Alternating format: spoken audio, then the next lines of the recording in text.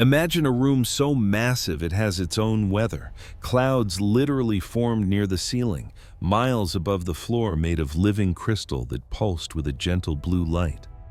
This was the great chamber of the galactic conclave, the very heart of the Valoran Dominion, the most powerful empire the galaxy had ever known.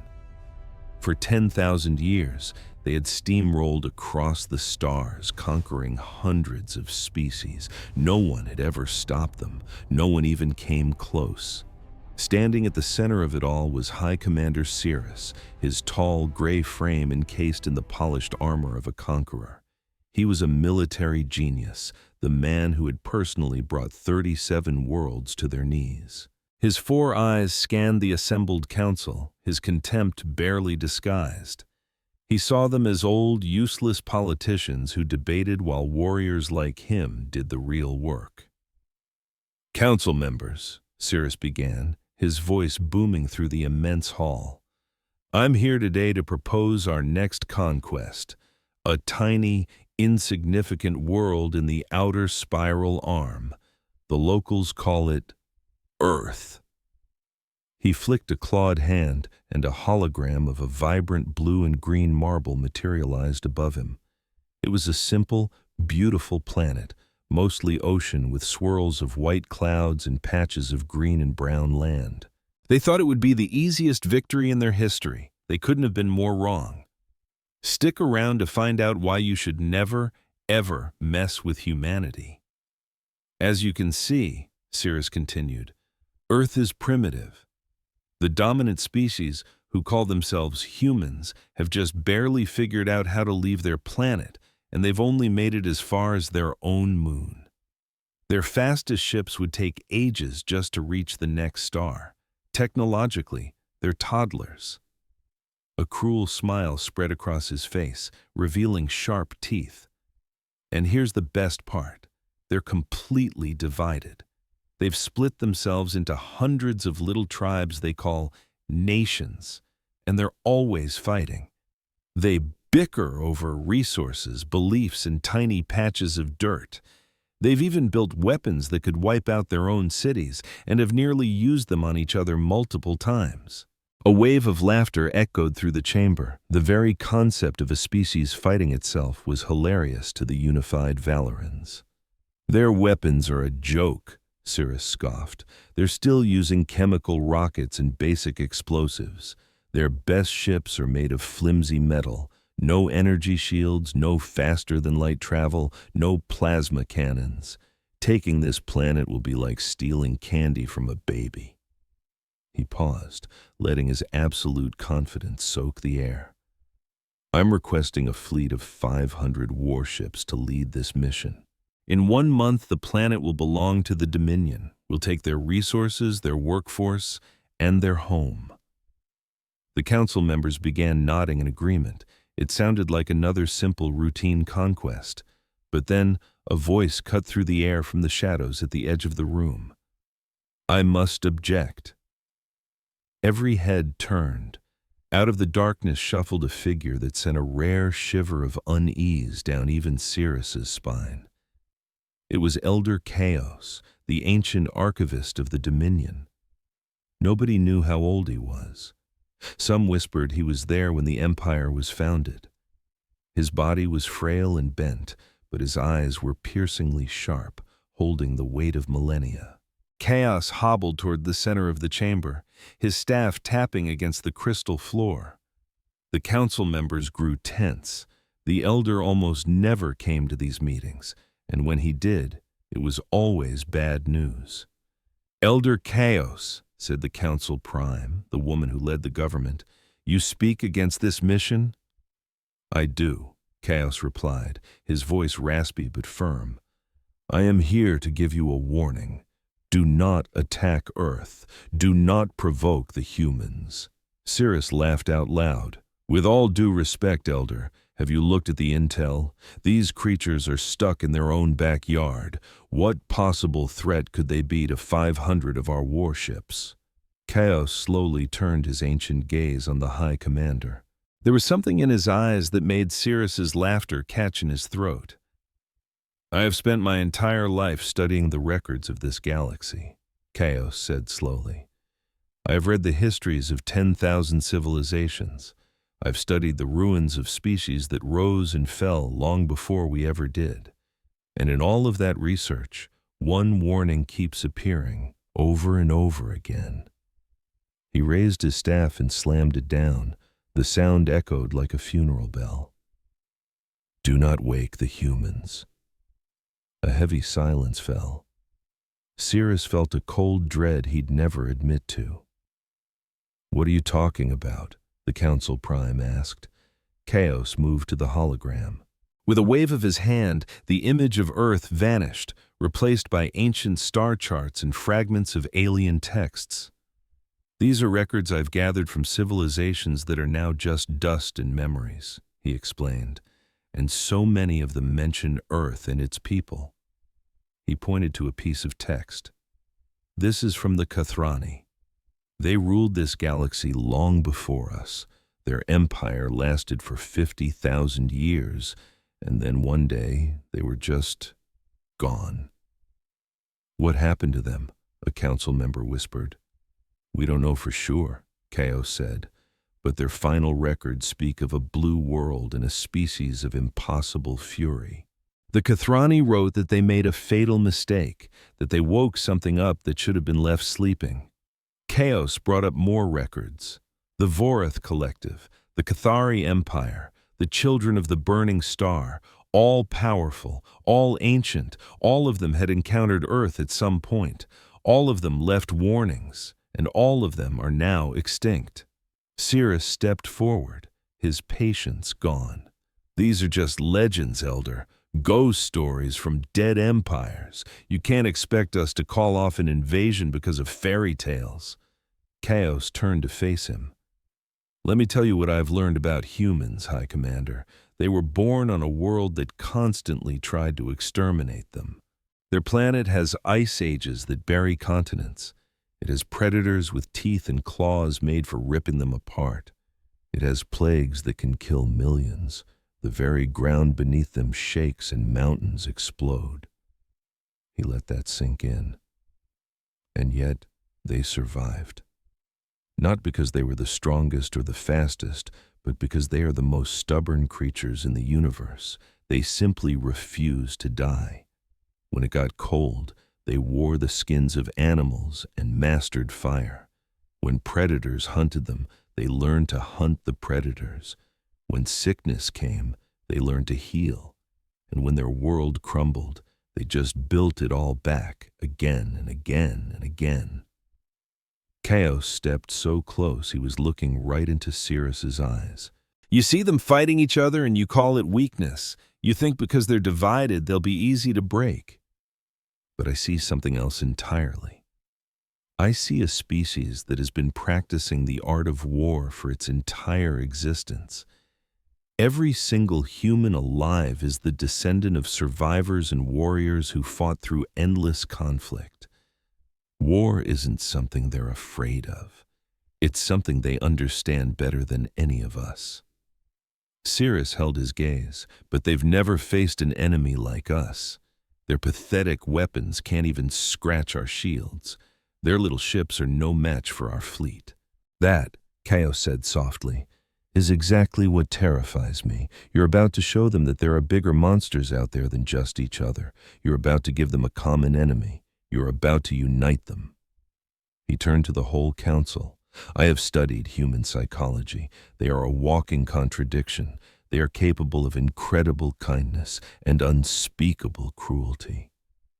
They create breathtaking art and weapons of mass destruction. They long for peace, but they spend every day preparing for war. But one single trait defines them more than any other. Chaos's voice dropped to a grave whisper.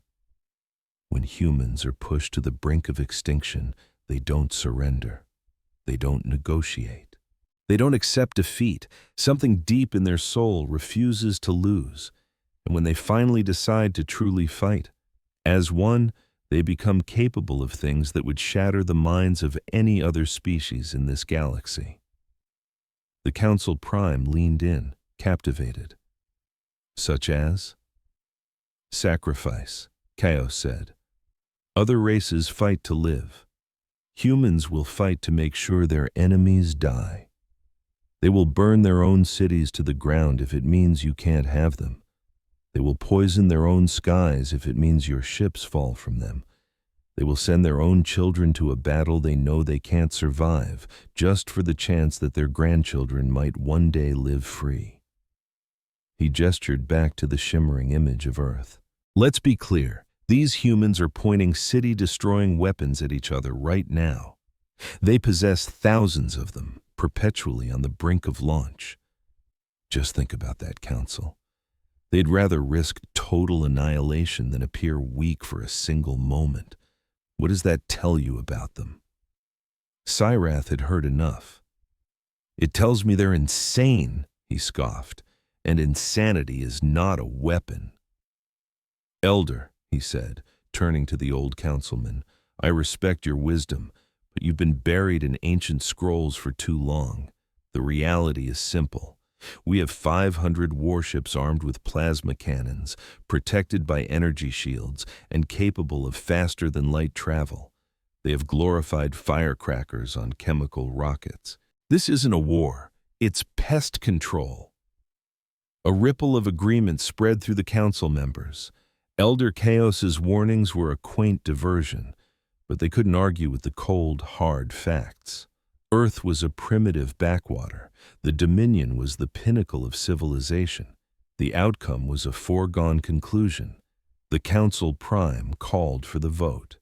All in favor of authorizing the conquest of Earth. A forest of hands shot up around the chamber. The decision was unanimous. The conquest is approved, the Council Prime declared. High Commander Cyrath, you will lead the fleet. Bring this world into the Dominion. Cyrath gave a curt bow, a smirk of satisfaction playing on his lips. Chaos remained motionless for a long moment before turning and walking toward the exit. The slow, deliberate tap of his staff echoed in the sudden silence. Elder Chaos, the Council Prime called out, do you have anything further to add? Chaos paused at the door but didn't look back. I will say only this, his voice resonated through the massive hall. In all my centuries, I've seen one story play out over and over again. Mighty empires become arrogant. They mistake their power for invincibility. Then they stumble upon something they don't understand, something that refuses to play by their rules, and they break. He started walking again. The humans have an old saying, Council. Let sleeping dogs lie. It's a warning that some things are best left alone. You are about to kick something that has been dreaming for a very, very long time. When it wakes up, he finished, don't say I didn't warn you. The massive doors boomed shut behind him, swallowing Elder Chaos in shadow. Cyrath turned back to the council, his expression oozing confidence. The Elder means well, but his years have made him soft. I will depart for Earth within the week. You'll have your new colony world within the month. The council erupted in applause. It was going to be a magnificent victory. Of that, they were certain. Later, in his private quarters, Cyrath went over the intelligence on Earth one last time. He scoffed at the humans' clunky spacecraft, their simple projectile weapons, their pathetically fractured nations. Everything he saw just confirmed what he already knew. This would be the easiest campaign of his entire career. But as he drifted off to sleep, Chaos's words echoed in his thoughts, a warning about waking a sleeping giant. Cyrath brushed it aside. It was sentimental nonsense. No species, no matter how stubborn, could defy the might of the Dominion. The humans would learn their place, just like all the others before them. He closed his eyes and dreamed of conquest. Billions of miles away, on a tiny blue marble, 8 billion humans were just living their lives. They were working in offices, driving trucks, raising their kids, and arguing about sports. They were laughing and crying, falling in love and breaking hearts. They had absolutely no clue that a fleet of 500 city-sized warships was powering up to either enslave them or wipe them from existence. But hidden away in secret facilities across the globe, in deep underground bunkers and classified labs, some people knew humanity wasn't alone. They had been quietly preparing for the day they prayed would never arrive. When the sky went dark with alien ships, humanity wouldn't be caught completely off guard. And when they found out what the invaders wanted, when they realized that surrender meant slavery, something ancient and ferocious would awaken in the hearts of 8 billion people. The Valorans were on their way to Earth, and they had no idea what they were about to unleash. The Valoran Armada dropped out of hyperspace just past Earth's moon. 500 warships, each the size of a mountain, slid into a perfect, menacing formation. Their dark metal hulls absorbed the light, and their weapon ports glowed with a hungry, pent-up energy. It was the largest invasion fleet ever assembled, and High Commander Karath stood on the bridge of his flagship, gazing down at the swirling blue and white planet. "Beautiful," he whispered, "and it will soon be ours."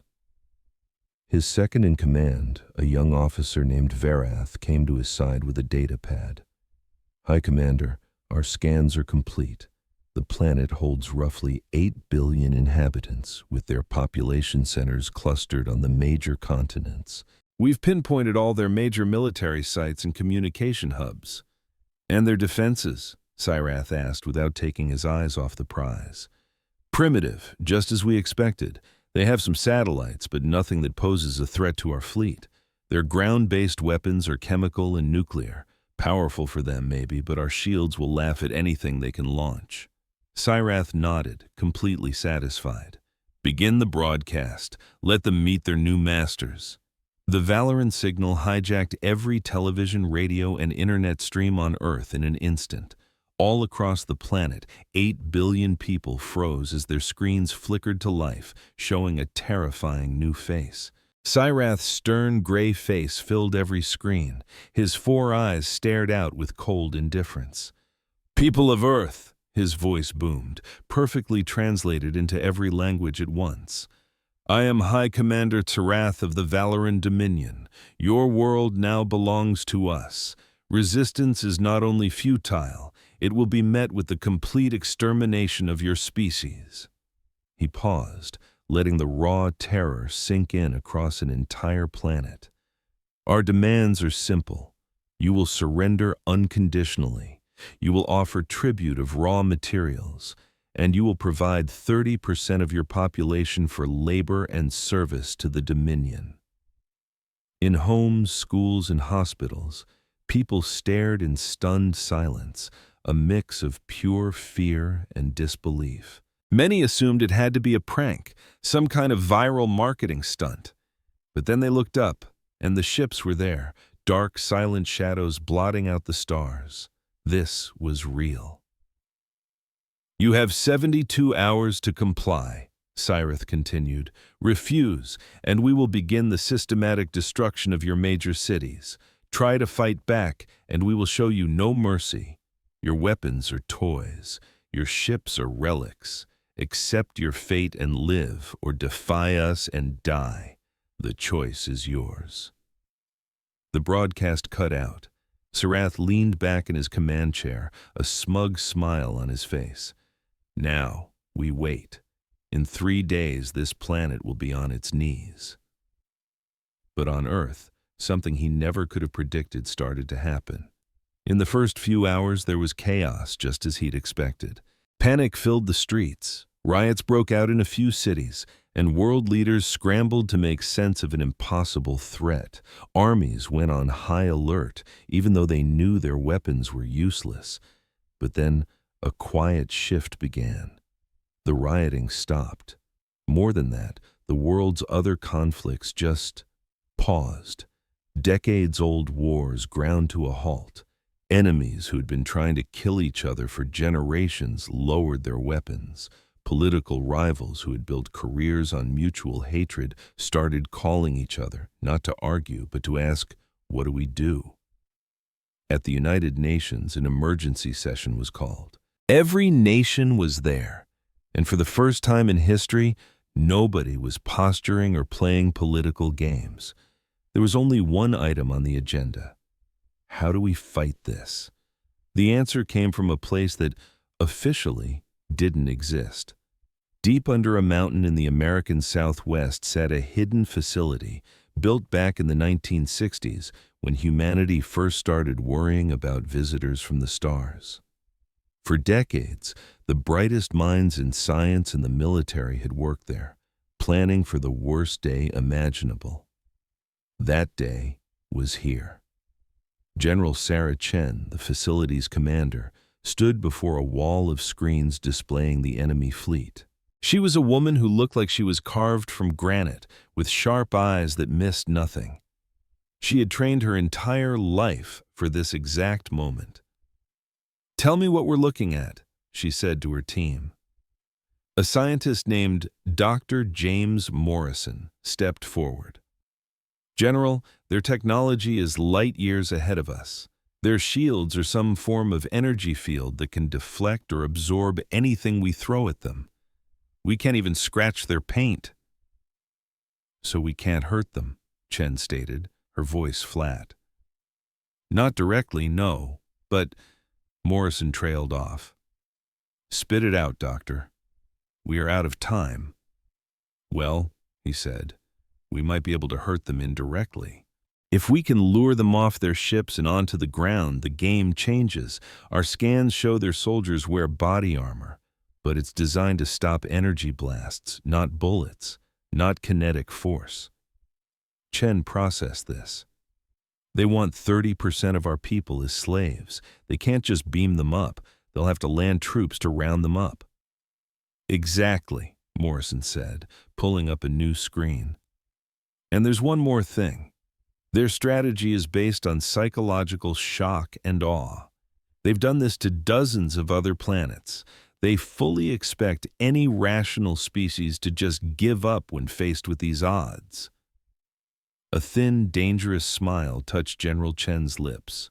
Well, if they thought that, they clearly didn't understand people. In the next 72 hours, humanity pulled off something unprecedented in its entire history. Nations that were once bitter enemies shared their most classified weapons and technology. Old rivalries vanished overnight. Every single resource, every scientist, every soldier was laser-focused on one mission. They weren't getting ready to surrender, they were getting ready to fight. But they were also setting something up. A trap. When the deadline hit, the alien commander, Sireth, waited for the surrender message he was so sure would come. Instead, he got a set of coordinates in the American desert and a short, simple message. "You wanted to meet humanity? Come on down and let's get properly acquainted." Sireth was amused. The sheer audacity of these creatures was almost impressive. They really thought they could stand up to him. "It's obviously a trap," his second-in-command, Vareth, warned. "Of course it is," Sireth shot back. "But what kind of pathetic trap could a primitive species possibly set for us? We'll send a ground force, crush whatever little resistance they've put together, and make an example of them. After that, the rest of their planet will fall in line soon enough." He ordered 50,000 soldiers to the surface, the largest ground deployment he had ever commanded. The transport ship sliced through Earth's atmosphere and landed in the barren desert at the coordinates the humans had sent. The Valoran soldiers fanned out across the sand, weapons hot. But there was nobody there, just rocks, sand, and an empty sky. The commanding officer radioed back to Sireth. "High Commander, there's no one here. The area is completely deserted." Sireth frowned. "Search the perimeter. They have to be hiding somewhere."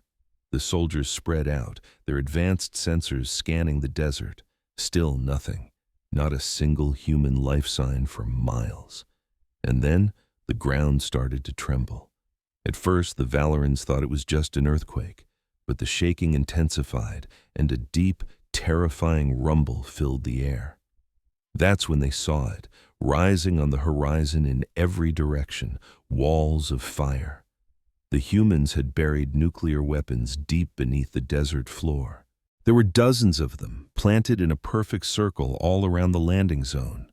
They had invited the Valorans to this exact spot, knowing it was already a graveyard.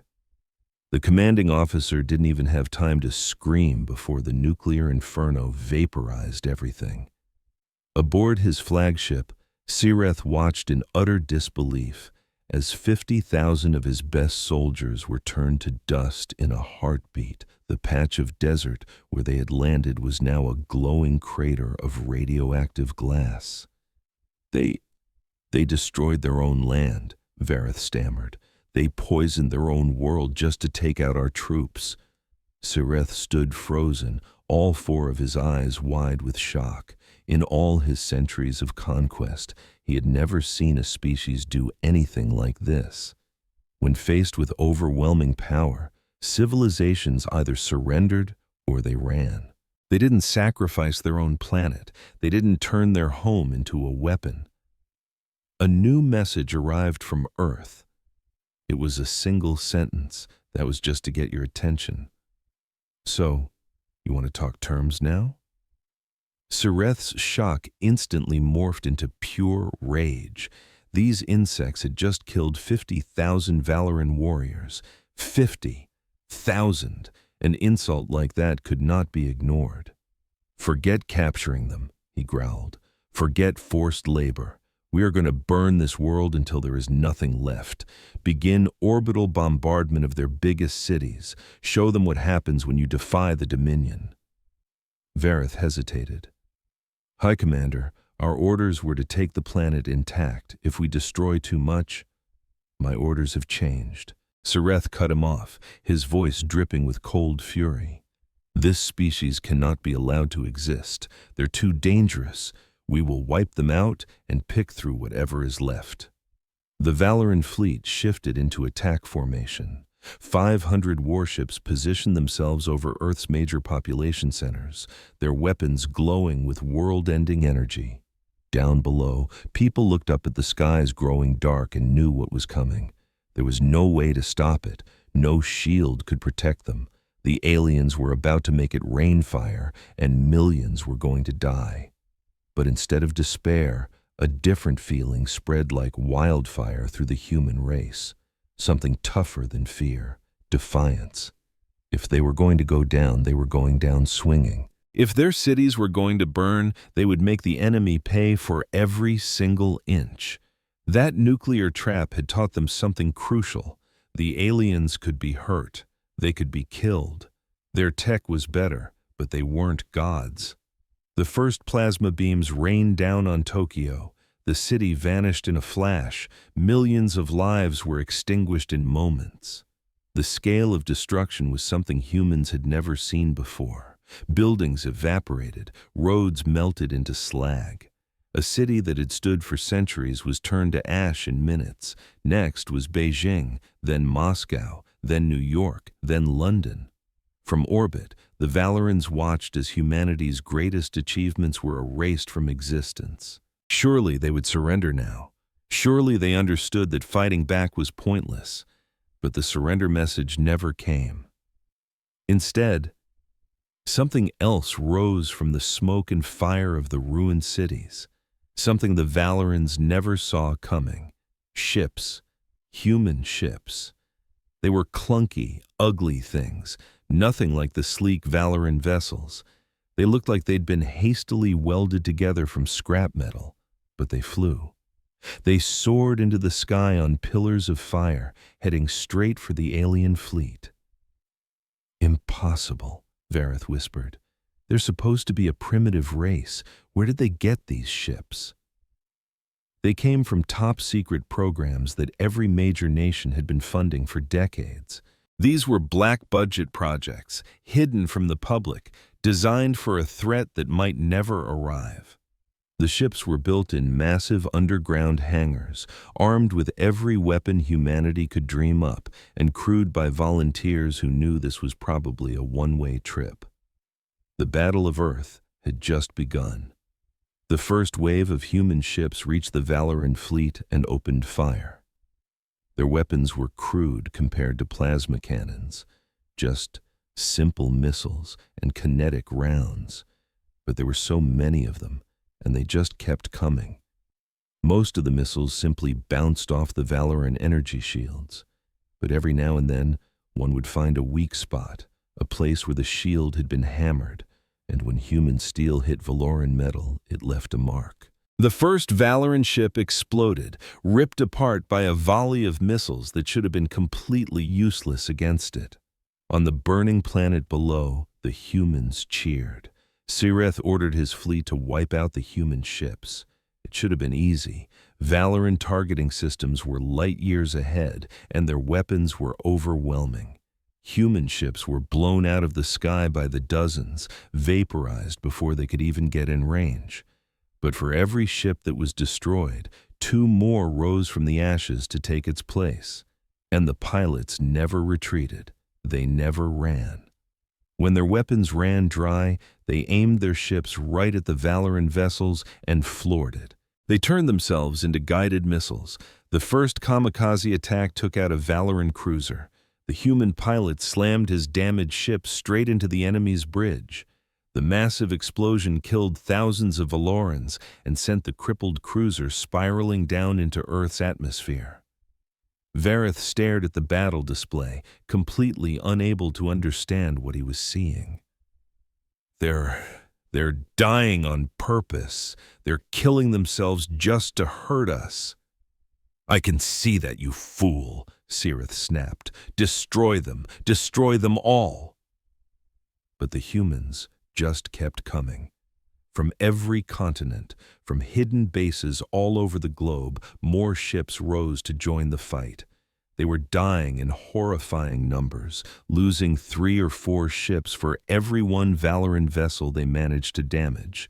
But they never, ever stopped. A captured human pilot was brought to the bridge of Sireth's flagship for interrogation. She was young, her face was burned from radiation, and one of her arms hung limp and useless at her side. But her eyes held zero fear. "Why are you fighting?" Sireth demanded. "You can't win. Your ships are junk, your weapons are toys. Every hour thousands of your people die, while we lose maybe a few hundred. Why do you keep going?" The pilot smiled, her teeth stained with blood. "You think we're fighting to win?" she said, her voice raspy but strong. "We're not fighting to win. We're fighting to make damn sure the galaxy remembers the price of coming to Earth. We're fighting so that 1,000 years from now, whatever species stumbles upon your records will think twice before attacking humans." She leaned forward, her eyes blazing with an unholy fire.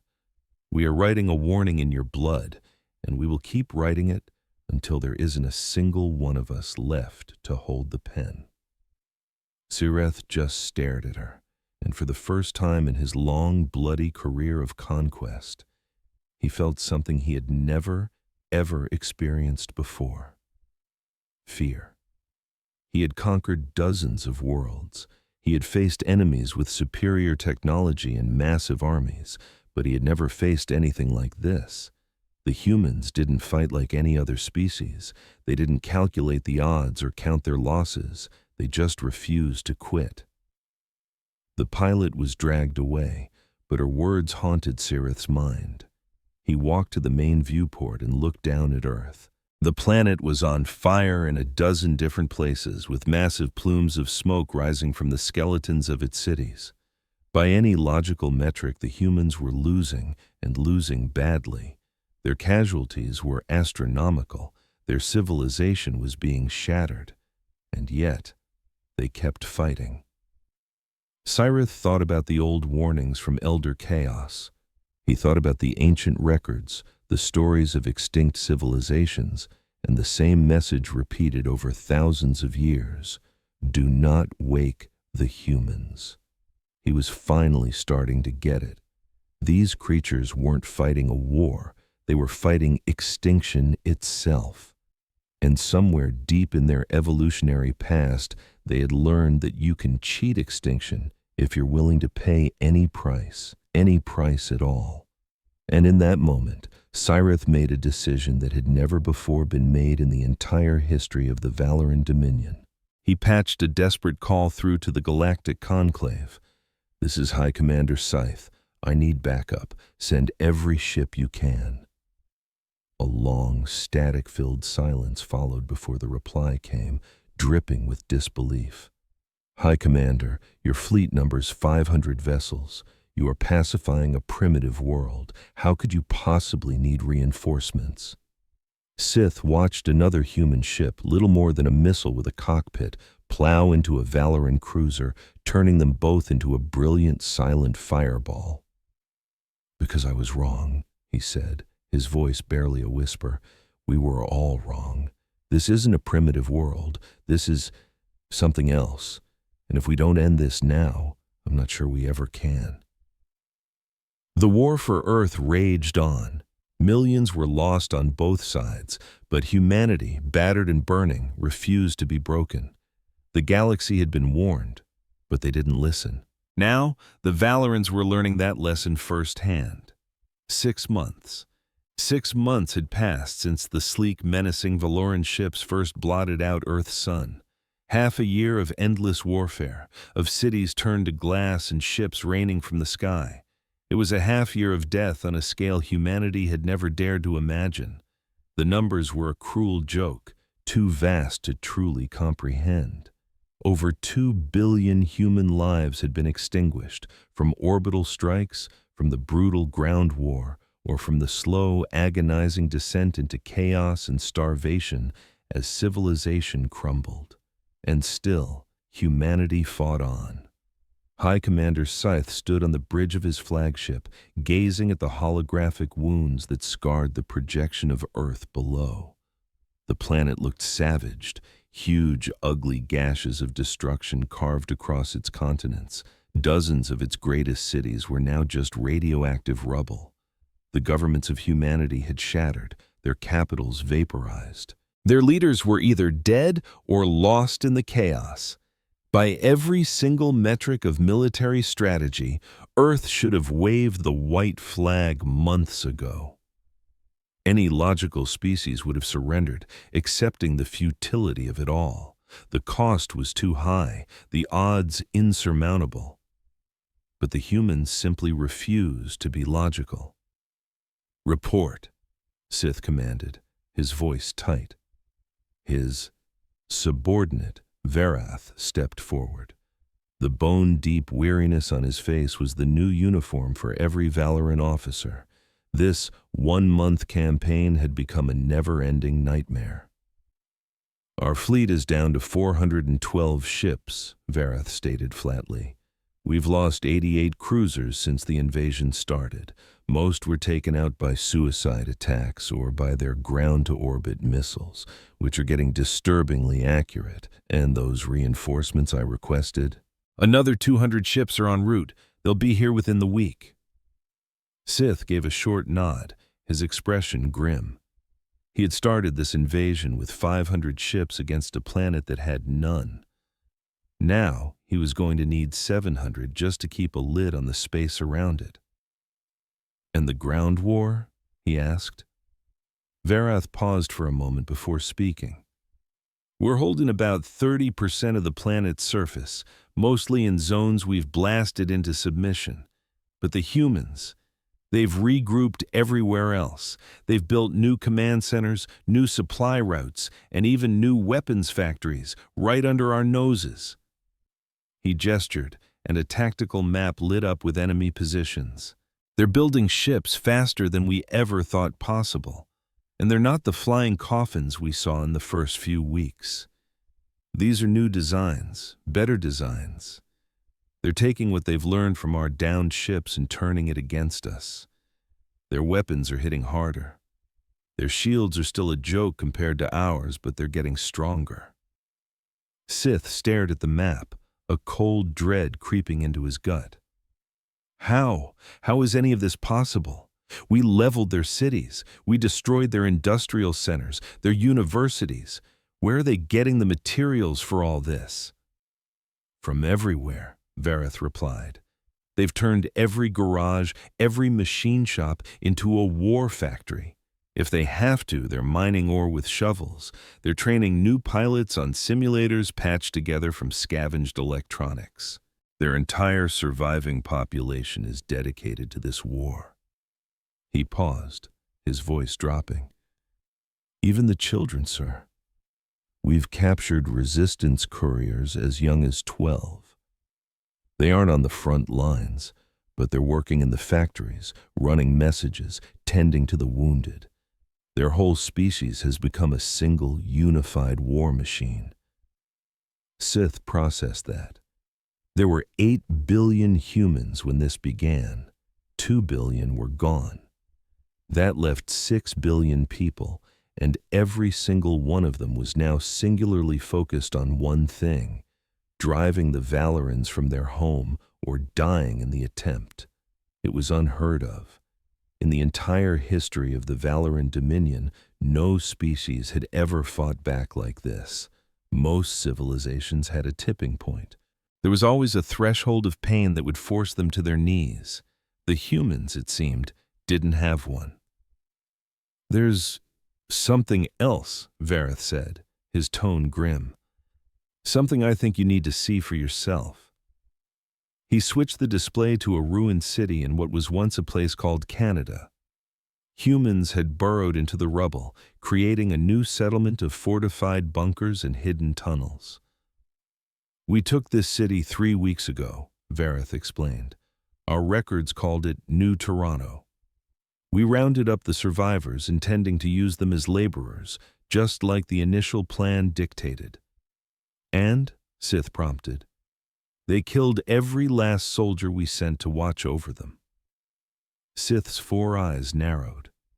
"How?" "We confiscated all their weapons. They made more." Vareth's voice was hollow, as if he was describing a nightmare.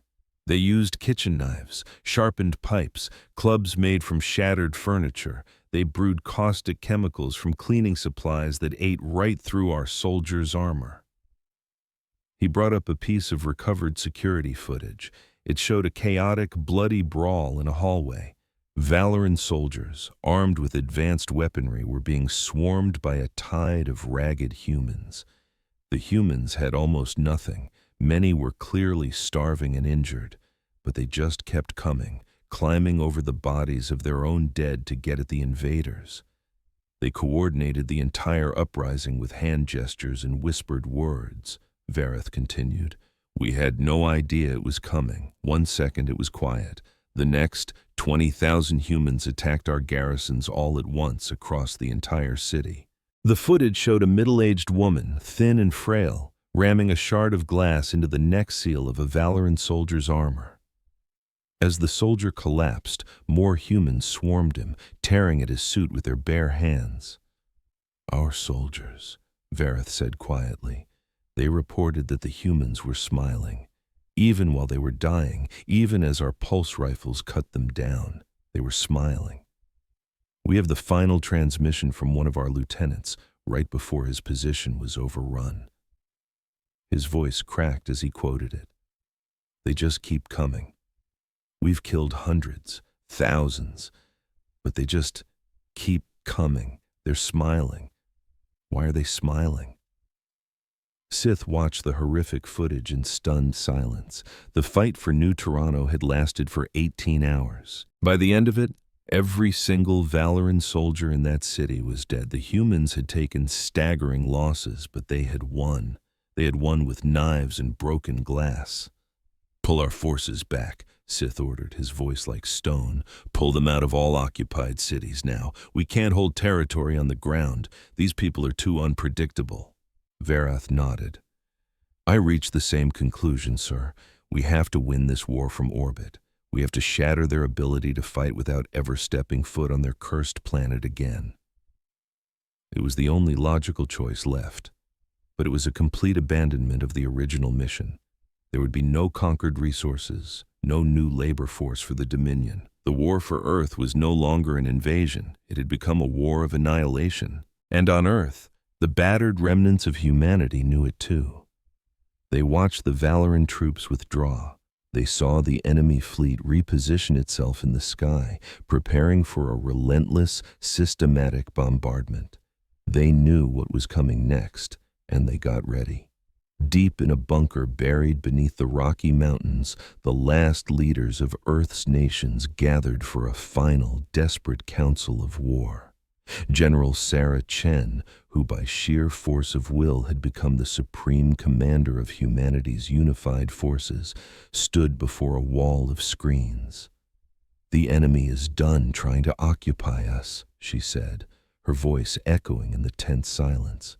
"They're going to try and wipe us out from space, bombing every shelter, every outpost until there's nothing left." The faces around the table were etched with exhaustion and grief, but not a single one showed any sign of defeat.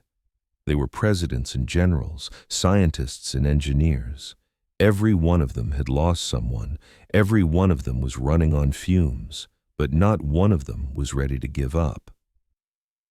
"So what are our options?" asked the former president of Russia, a weary man with haunted eyes. Chen brought up a new display.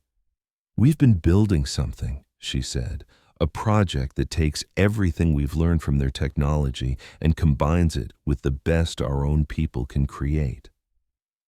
The display showed a squadron of warships. They weren't clumsy and crude like the ships humanity had first thrown at the invaders. These were sleek, powerful, and bristling with purpose.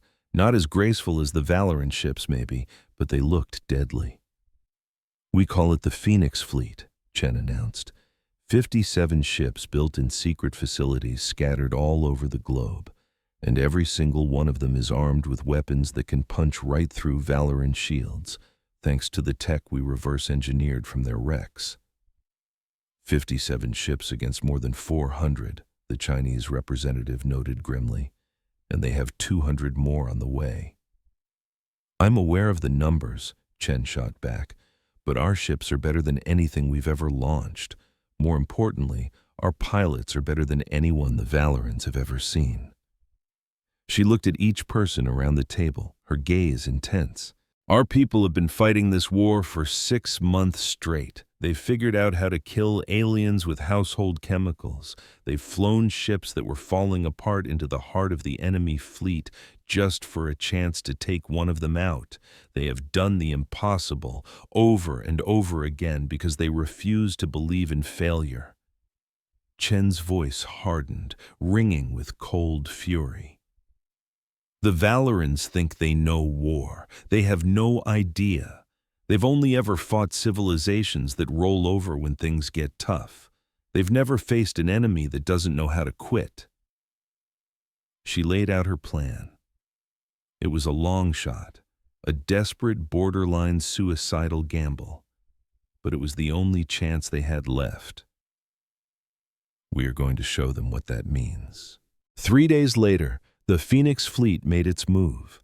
57 human ships, all that was left, launched from secret bases hidden across the globe, tearing through the atmosphere in a last-ditch coordinated attack. The Valorans saw them coming instantly and moved in to crush the rebellion. The commander on the Valoran bridge scoffed, watching his tactical display. "More suicide runs, sir. Haven't they learned their lesson?" "Wipe them out," he ordered. But this time was different. When the Valoran weapons locked on, the human ships dodged with a skill they'd never shown before. When plasma bolts hammered their shields, the shields actually held. And when the human ships fired back, their missiles tore through Valoran defenses with chilling precision. The first Valoran cruiser went down in minutes, ripped to shreds by torpedoes that seemed to know exactly where to hit. A second followed, then a third. The Valoran commander watched, his arrogance turning to disbelief as his massive advantage in numbers started to feel meaningless. The humans weren't just surviving, they were winning their dogfights. Their ships moved as one, a perfectly coordinated swarm, covering each other's backs, focusing their fire on weakened targets and pulling back just before being overwhelmed, only to strike again from a totally new angle. "How?" the commander demanded. "How are they doing this?" The answer was simple, though the Valorans wouldn't figure it out until it was far too late. The human pilots had spent months doing nothing but studying them, learning every move, every pattern, every weakness, and training in simulators until they could fly these missions in their sleep. They had picked apart every single battle of the war, every loss, and every small victory, and baked those brutal lessons into their new strategy. But they had something else, something the Valorans could never understand: pure desperation. Every single pilot knew that if they failed, it was game over for the entire human race. There was no surrender. There was no retreat. This was their one and only shot. They fought with the chilling focus of people with absolutely nothing left to lose and a whole world to protect. The battle was a bloodbath that lasted for hours. Human ships exploded into fireballs, but for every one that did, a Valoran ship died with it. The kill ratio, which had always been laughably in the aliens' favor, was now 1-to-1. When the Phoenix fleet finally pulled back, they left the wreckage of 17 of their own ships behind. But floating beside them was the debris of 31 Valoran warships. It was the first real, undeniable human victory of the entire war. Down on Earth, survivors huddled in bunkers and bombed-out ruins heard the news over the radio. And for the first time in 6 long months, a flicker of hope ignited in the darkness. Real hope. The enemy wasn't invincible. They could bleed. The Valoran High Commander, Sith, took the report with a cold, simmering fury. 31 of his ships gone. Lost to primitives who were still figuring out how to get to their own moon when this war started. The reinforcements, he growled to his second-in-command, Vareth. When did they get here? 2 more days, sir, Vareth replied. Contact the Conclave. Tell them we need more. Tell them... Sith paused, the words catching in his throat. Tell them Earth is a much bigger threat than we ever imagined. Far across the galaxy, on the Valoran homeworld of Theron Prime, the Galactic Conclave received Sith's message with shock and alarm. A primitive backwater planet had just destroyed 88 of their advanced warships in total. It didn't seem possible. And yet the battle reports were right there. Elder Chaos, an ancient and wise leader, stood before the council once again. His face showed no hint of satisfaction, only a deep weariness. You were warned, he said, his voice quiet but firm. I told you what these humans were capable of. I told you they wouldn't just roll over and surrender. I told you they would sacrifice everything before they would submit to us. The Council Prime leaned forward, his arrogance finally cracking. What do you suggest we do now, Elder? Chaos was silent for a long, heavy moment. I suggest, he said slowly, that you start thinking about something no one here wants to admit. The possibility that we cannot win this war, that every ship we throw at Earth will only be delaying the inevitable. That's insane, another council member shot back. We have thousands of ships. Earth has, what, a few hundred at best? For now, Chaos agreed calmly. But think about what you've just seen. 6 months ago, these humans had no real space fleet. Now, they have ships that can go toe-to-toe with ours. They've leaped from chemical rockets to energy shields in half a year. What do you think they'll come up with in another 6 months?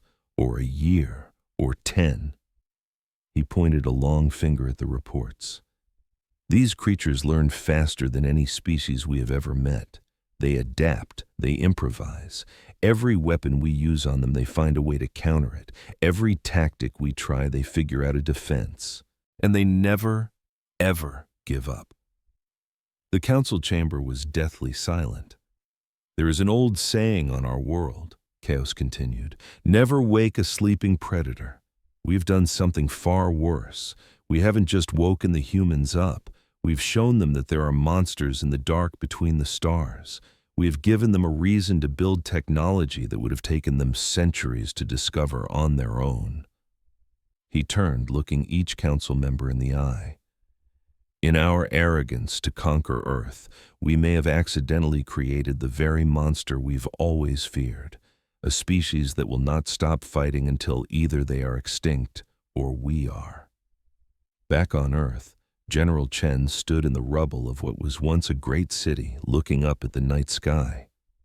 She knew the Valorant fleet was up there, licking its wounds and preparing to strike again. She knew that somewhere, even more of their ships were on the way. The war was a long way from over, but the feeling in the air had changed. For 6 months, humanity had been fighting just to see the next sunrise. Now, for the very first time, they were fighting to win. An officer ran up to her. "General, a message from intelligence. We've been listening to the Valorant chatter. The enemy is screaming for more reinforcements, a lot more." Chen allowed herself a small, grim smile. "Good. That means we're actually hurting them." "There's more," the officer added, his voice filled with excitement. "The science teams have made a breakthrough.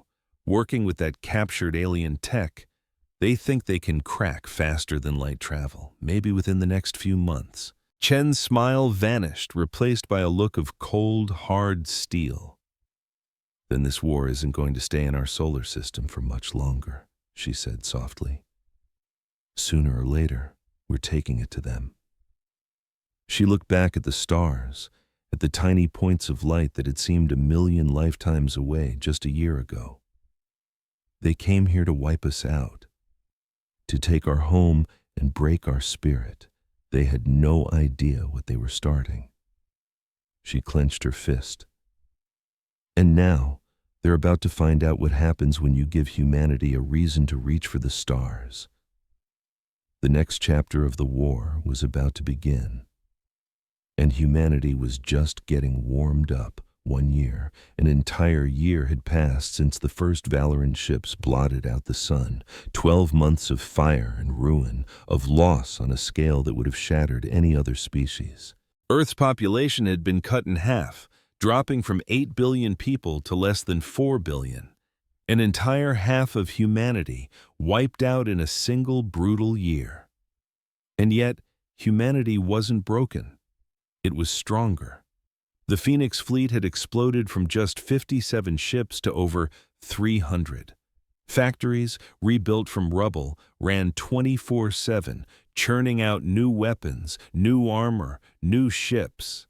Scientists who used to fight over funding now worked side by side in secret underground labs, rewriting the laws of physics, and finally they did it. They achieved the impossible, faster than light travel. The very first human ship to break that barrier was named the Defiance. It wasn't a pretty ship. It was a blocky, ugly thing built for one purpose: war. But when it fired up its prototype FTL drive and simply vanished from Earth's orbit, only to reappear moments later on the other side of the moon, a roar of celebration echoed from every corner of the planet. Humanity was no longer caged. The galaxy was open for business. But the war for Earth raged on. The Valorans had brought in their own reinforcements, swelling their fleet to over 600 ships. They were learning, too, changing their tactics to counter the humans' unpredictable strategies. The battles in orbit became grinding, brutal slugfests where both sides were taking horrific losses. High Commander Scythe had changed over that year. The arrogant conqueror was gone. In his place was a tired, haunted officer who had seen thousands of his own soldiers die against an enemy that just refused to quit. "Report," he said, his voice a mechanical rasp from saying the word too many times. Verith, looking just as exhausted, brought up the tactical map. "The human fleet now numbers around 312 combat-ready ships. Our fleet is at 574 after last week's battle. Their technology, it just keeps getting better. Their weapons are nearly as powerful as ours. Their shields can take multiple direct hits from our main cannons, and their tactics." Verith just shook his head. "They're creative in ways we just can't predict. Every battle, they pull some new trick out of their sleeve. Scythe stared at the numbers on the screen. They still had the advantage, but the gap was shrinking every day. A year ago, the very idea of humans matching valor and tech would have been a joke. Now, it felt like it was only a matter of time. "Any word from the conclave?" he asked. "Yes, they're concerned. News of our losses is starting to spread across the Dominion.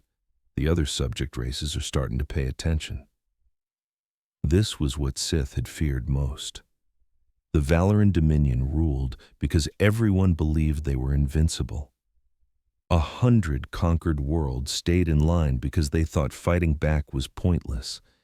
If that belief started to crack, what are they seeing? Sith asked. Vareth brought up a news screen showing video feeds that had been broadcast across the Empire's networks. For months, the vids had been spreading like a virus, grainy footage of human ships, little more than glorified tin cans, ramming into the glorious vessels of the Valoran Dominion. You'd see their soldiers, armed with what were basically museum pieces, fighting with a ferocity that made no sense. At first, everyone laughed. "Look at the primitives," they'd say, "putting on a little show before we add their planet to the collection." But as the weeks turned into months and the war just kept going, the laughter died. Across the galaxy, species that had been crushed under the Dominion's heel for centuries started watching these humans, and they started getting ideas, dangerous ideas. They started asking, if these humans, with no experience in ancient tech, can hold the line, what could we do now? They started whispering, if we all rose up at once, could the Dominion even stop us? And as High Commander Sur watched another human freighter plow into a battlecruiser, a cold dread washed over him. This was the nightmare Elder Chaos had warned them about. The humans weren't just fighting a war for their planet, they were lighting a revolutionary fire across the entire galaxy. In secret gatherings on a dozen different worlds, the same scenes were playing out. The Kathrani, a proud warrior race broken 5,000 years ago, watched a human pilot fly her crippled ship straight into a Valoran dreadnought and remembered their own lost heroes. The Vorath, a species of brilliant mathematicians, started running the numbers on rebellion again. For centuries, the answer had always been the same: submission equals survival. But with the Dominion's main fleet bogged down at this tiny blue planet called Earth, the math was suddenly starting to look very different. On Centaur, a world of artists who were only allowed to create propaganda, new songs were being written in secret. They were songs of defiance, of freedom, of a little world called Earth. And the children of the burning star, an ancient people nearly wiped out by the Dominion long ago, watched the humans fight and felt a forgotten warmth spark in their chests. Hope. It all came to a head on a tiny, forgotten space station hidden in the shadow of a gas giant. Representatives from 12 conquered species gathered in a sealed cargo bay. The risk was insane. If the Valorans found them, it wouldn't just be an execution, it would be an extinction event. But some things were worth risking it all for. "We've all seen the videos," said the Kathrani delegate, his insectoid wings twitching. "These humans have held out for an entire year. They've taken down hundreds of our master ships, and somehow they've built technology that's starting to rival the Dominion's." The Vorath representative, a small furry creature with huge intelligent eyes, added, "It's more than that. Our sources say they've cracked faster than light travel. Human ships are being spotted outside their home system. They're not just defending anymore. They're expanding." The Centauri artist, whose voice was pure melody, asked the question that hung in the air. "So, what are we going to do about it?" The room went dead silent. They all knew the answer, but saying it out loud would make it real. If we rise up and we fail, the Vorith whispered, the Dominion will burn our homeworlds to ash. They've done it before for less. The Kthrani slammed his fist on the table. And if we do nothing, we are slaves forever. We've watched these humans bleed for the freedom we lost. How much longer can we stand by and just watch? The argument raged for hours, fear against hope, caution against courage. But in the end, they made a choice. They would contact the humans. Using a secret network of smugglers, they bounced a single, encrypted message across the galaxy. It was short, and it was to the point.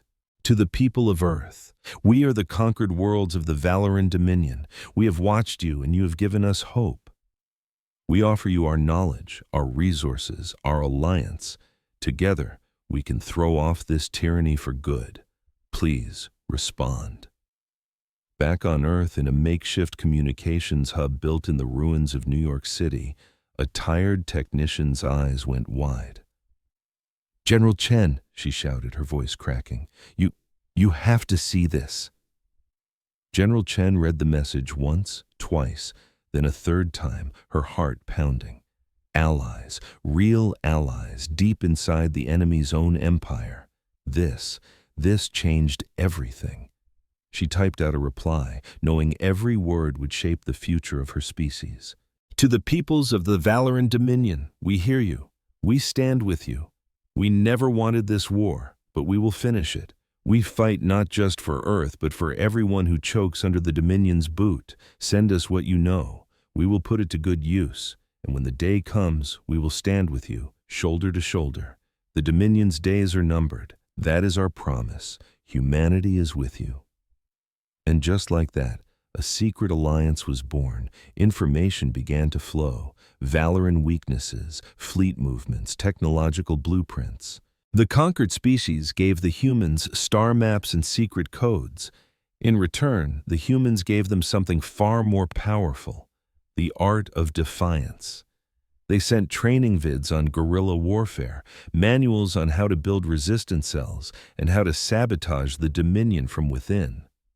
But beneath it all was one simple, earth-shaking idea that echoed across the stars. You are only defeated when you give up. As long as you fight back, you can never truly be conquered. The Dominion rules with fear. Show them you are not afraid, and their empire will turn to dust. And so it began. On Valoran-controlled worlds, factories mysteriously slowed down. Critical supply shipments for the war at Earth would vanish without a trace. It was all small stuff, never enough to provoke a massive crackdown, but it was like a death by 1,000 cuts. And then the humans came in person. A single ship, the USS Defiance, dropped out of hyperspace right over a Kthrani colony world, appearing in the middle of a Valoran patrol. The Dominion ships opened fire instantly, but the Defiance was like a ghost. It danced between their laser blasts, fired back with terrifying precision, and vaporized 2 patrol ships before they even knew what hit them. Then it vanished back into hyperspace. The whole attack lasted less than 5 minutes, but the message was thunderously clear. The humans weren't just a story on a screen anymore. They were real, and they were here. On the Kthrani colony below, the streets filled with people. When the Valoran garrison tried to force them back inside, they were met with defiant shouts instead of fearful obedience. The fear that had held them in chains for 5,000 years was finally breaking. The same scene repeated itself across the Dominion as human ships hit and ran, striking symbolic blows that screamed, "We see you, we are with you." High Commander Sir watched the reports flood in, his dread turning into pure panic. This wasn't a conquest anymore. It was a galactic wildfire, and he had no way to put it out. "We have to end this now," he raged in an emergency broadcast to the ruling conclave. "We have to throw everything we have at Earth and crush them before this rebellion gets any bigger." "And leave our other territories undefended?" the Council Prime shot back. We already have full-blown uprisings on 3 worlds.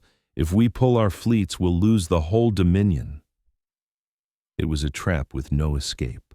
If they focused on Earth, the Empire would collapse behind them. If they protected the Empire, the humans would only grow stronger. Every path led to ruin. That's when Elder Chaos, who had been watching from the shadows, spoke for the last time. "There is one path you haven't considered," he said, his ancient voice cutting through the panic. The entire council turned to him.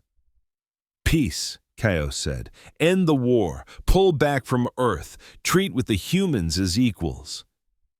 The outrage was instantaneous. "Peace? With those primitives?" the Council Prime roared. "We would look weak. Every slave in the galaxy would rise up." "They are already rising up," Chaos calmly replied. "And they'll keep rising as long as the humans show them it's possible. But if we make peace, if we treat the humans as a legitimate power, we change the entire game. The rebellions lose their inspiration. Their human allies would have no more reason to fight us." He let the words hang in the air. "We made a catastrophic mistake. We kicked a hornet's nest we should have left alone. Now, we can either spend the next 100 years fighting a war that will tear our dominion apart, or we can swallow our pride and choose survival." For days, the council screamed and debated, but in the end, their arrogance won. They rejected peace, and in doing so, they sealed their own doom. The Dominion's answer was simple. There would be no surrender. There would be no show of weakness. The war would rage on until Earth was nothing but a smoking ruin. Chaos could only nod, a profound sadness in his eyes as he left the chamber. He had tried his best, but the decision was no longer in his hands. Back on Earth, General Chen got the news through their spy network. "So they're not backing down," she stated grimly to her commanders. "They plan to throw everything they have at us until one of us is gone." Admiral Rodriguez, head of the Phoenix Fleet, slammed his fist on the table. "Then we'll make damn sure it's them. Our new ships are almost ready. Give us 1 more month and we'll finally have the firepower to take this fight to them." Chen nodded, her gaze distant. For a whole year, humanity had been on the back foot, just trying to keep the invaders from scorching their world. But they all knew you couldn't win a war by just playing defense. The time to strike back was coming. She looked out at the starfield, a galaxy that felt like a distant dream just 2 years ago. So much had been torn away from them, so much lost. But in the fire, humanity had forged something new, a sense of purpose, a unity they'd never known, and the powerful knowledge that they were not fighting this alone. "Get our allies on the line," she commanded. "Tell them it's time to get ready. We are going to end this war, and when it's over, we'll make sure the galaxy never forgets what happens when you threaten Earth." The final chapter was about to be written. It had been 2 years since the first Valorant ships blotted out the skies over Earth, 2 years of a brutal war that had forced humanity to evolve, transforming a species that had barely touched its own moon into a power that could challenge the greatest empire in the galaxy. The price for this transformation was almost too high to bear. 4 billion human souls were gone. Cities that had been beacons of civilization for centuries were now just radioactive craters. The planet itself was wounded, its climate thrown into chaos by relentless bombardment and nuclear fire. But humanity had endured, and they had become strong. The human fleet now boasted over 500 ships built in secret bases hidden across the globe and on the moon. Every single ship was a marvel of desperate genius, a fusion of captured Valorant tech and raw human ingenuity. They weren't pretty, but they were incredibly deadly. And humanity was no longer on its own. Warships from 12 different species, all former subjects of the Dominion, had rallied to their cause, creating the first real alliance against the Valoran Empire. The Kathrani brought their deep knowledge of Valoran battle tactics. The Vorath offered their brilliant mathematical minds for crafting strategy. The Kthari gave them communication technology that was impossible to intercept. And the children of the burning star, who had more reason than anyone to despise the Dominion, brought a righteous fury that burned as brightly as humanity's own. They had a name for themselves: the Liberation Fleet. General Sarah Chen stood on the bridge of humanity's flagship, the Unconquered, staring at a holographic map of the entire galaxy. 2 years ago, a view like this was pure science fiction. Now, it was her command center. "Status report," she said, her voice steady. Admiral Rodriguez, her second-in-command, stepped up. "All fleets are in position: 512 human ships, 347 allied vessels. That gives us a total combat strength of 859 ships." Chen gave a slight nod. It was the biggest fleet ever assembled to fight the Dominion, but they were still walking into a lion's den. The Valorans had gathered over 1,000 ships to defend their home world, Theron Prime, fully expecting an attack. "Our intel confirms it," Chen continued. "The Dominion fleet is locked in a defensive sphere around the planet. They're waiting for us to charge in, trying to punch a hole right through their lines. And that is exactly what we are not going to do." Chen then turned to the Allied commanders gathered on her bridge. "Today, we're going to show the galaxy what happens when free people fight as one. Today, we bring the Dominion to an end." Their battle plan was the result of months of careful work. It wasn't a brute force assault. It was a symphony of coordinated strikes across multiple fronts, engineered to hit every single weakness the Alliance had uncovered. The fleet ripped a hole in space and jumped. When they emerged near Theron Prime, the Valoran defenders were waiting. Over 1,000 warships sat in a perfect, imposing formation, their weapons hot and shields shimmering with power. At the very center of it all was the flagship of High Commander Seer, the most massive ship in the entire Valoran fleet. Seer watched the enemy fleet approach, his face a mask of grim resolve. He'd been fighting these humans for 2 long years. He'd lost comrades, soldiers, and the majority of his original command. But he would not lose here. The entire future of the Dominion rested on this single battle. "All ships, prepare to engage," he ordered. "This is where we make our final stand." As the Liberation Fleet drew closer, it began to spread out, breaking into smaller, seemingly random groups. The Valorans, seeing what they thought was chaos and disorganization, surged forward to pick off what looked like easy targets. It was a perfectly laid trap. Those scattered human formations weren't random at all. They were bait, designed to lure the Valoran ships out of their tight defensive shell.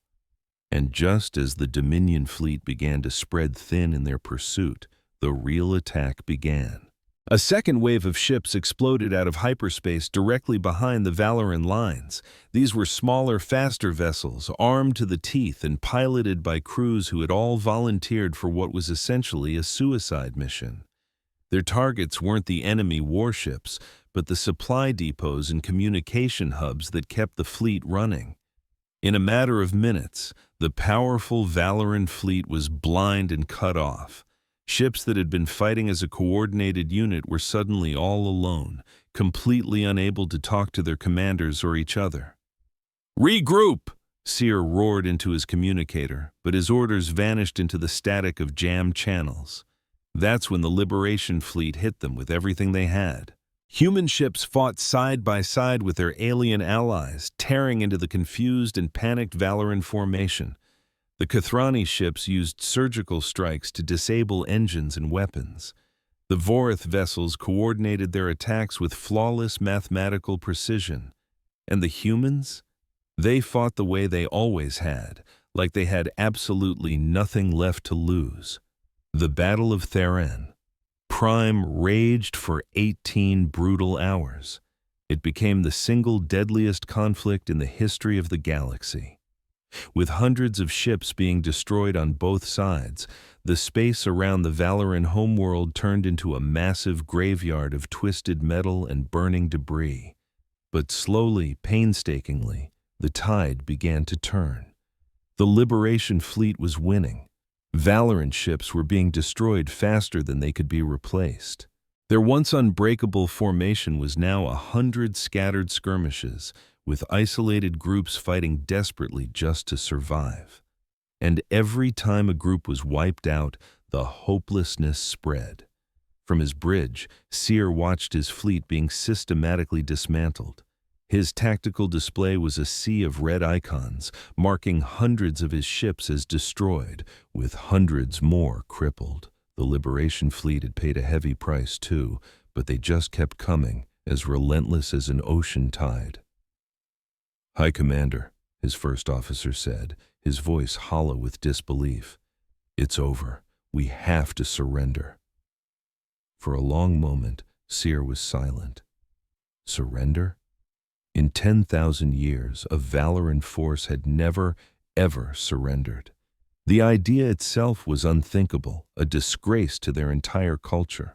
But as he watched another squadron of his ships get vaporized by human plasma cannons, he knew the alternative was so much worse, complete and total annihilation. The end of his people, his culture, everything they had ever built. "Send the signal," he finally whispered. "All ships, cease fire. We surrender." The roar of battle died. The weapons went silent. For what felt like an eternity, nothing moved. Ships that had been locked in a death struggle a moment before now drifted aimlessly, their crews staring in stunned silence. Then, slowly, the Liberation fleet began to close in, forming a ring around the defeated Dominion. When General Chen heard the news, there were no cheers on her bridge. Too many had been lost to feel joy, but there was a cold, hard satisfaction. They had done it. They had actually won. Her shuttle made its way to Seer's flagship, escorted by an honor guard of human marines. The Valoran ship was a wounded giant, its hull covered in scars from the battle, but it was still intact. She strode through its corridors, her soldiers at her side, walking past Valoran crew members who could only stare with a mix of terror and utter disbelief. She found Seer in his command center, standing silently amidst the ruins of his ambition.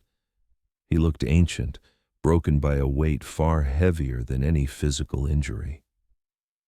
"High Commander Seer," Chen said, her voice devoid of emotion. "Your fleet is shattered. Your empire is in ruins. Is there anything you wish to say?" Seer slowly turned to face her. This small human woman, with her scarred face and prosthetic arm, had accomplished what no one else in the galaxy ever had. She had brought the mighty Dominion to its knees. "Your elder warned you what would happen," Chen said before he could find his voice. "You should have listened." Seer gave a slow, weary nod. "Yes, we should have. But our pride was our downfall. We believed our technology made us gods. We never understood that real strength comes from something else entirely." He looked at her then, with a flicker of something that looked like respect. "What happens to us now?" Chen's expression remained like stone. "The Dominion is over. All the worlds you conquered will be set free. Your fleet will be taken apart piece by piece. Your planets will be governed by new councils representing all the people you once enslaved." She took a step closer, her voice dropping to a low, intense whisper. "But you won't be around to see any of it. You gave the order that led to the deaths of 4 billion humans. You burned our cities to the ground. You murdered our children. For you, there will be no trial, no exile, and no mercy." Seer accepted his fate with a solemn nod. He had expected nothing less. He knew humans were many things, but forgiving was not one of them. "Before you carry out my sentence," he said, May I send one last message to the conclave, to all the worlds that have been watching this war. Chen thought about it for a second, then nodded once. Seer activated the ship-wide broadcast, his voice carrying across the entire galaxy. This is High Commander Seer of the Valoran Dominion. I'm speaking to everyone who can hear me, to my own people, to the species we once ruled, and to all the worlds who watch this war from afar. He took a long, shaky breath. Just 2 years ago, we chose a small blue world to invade, tucked away in a forgotten spiral arm of the galaxy. We thought it would be a walk in the park. The locals seemed backward, their tech was a joke, and they were always fighting each other. We saw them as less than nothing. His voice cracked with the weight of his next words. We couldn't have been more wrong. We thought we were steamrolling some primitive culture. What we were actually doing was picking a fight with the most dangerous predator this universe has ever known. We woke a sleeping giant, and now we are paying the price. He stared right into the camera, his eyes pleading. If you're getting this message, I need you to listen. This is a warning. It's the same warning our own council gave us, the one we were too arrogant to hear. Do not attack the planet Earth. Do not provoke humanity. Don't give them any reason to even glance in your direction. These humans, they can be peaceful. They're capable of incredible acts of kindness and teamwork. They'll be your trading partner, your co-worker, maybe even your most loyal friend. But if you back them into a corner, if you try to take what is theirs, if you force their hand, he just shook his head, a look of pure dread on his face, then you've already lost.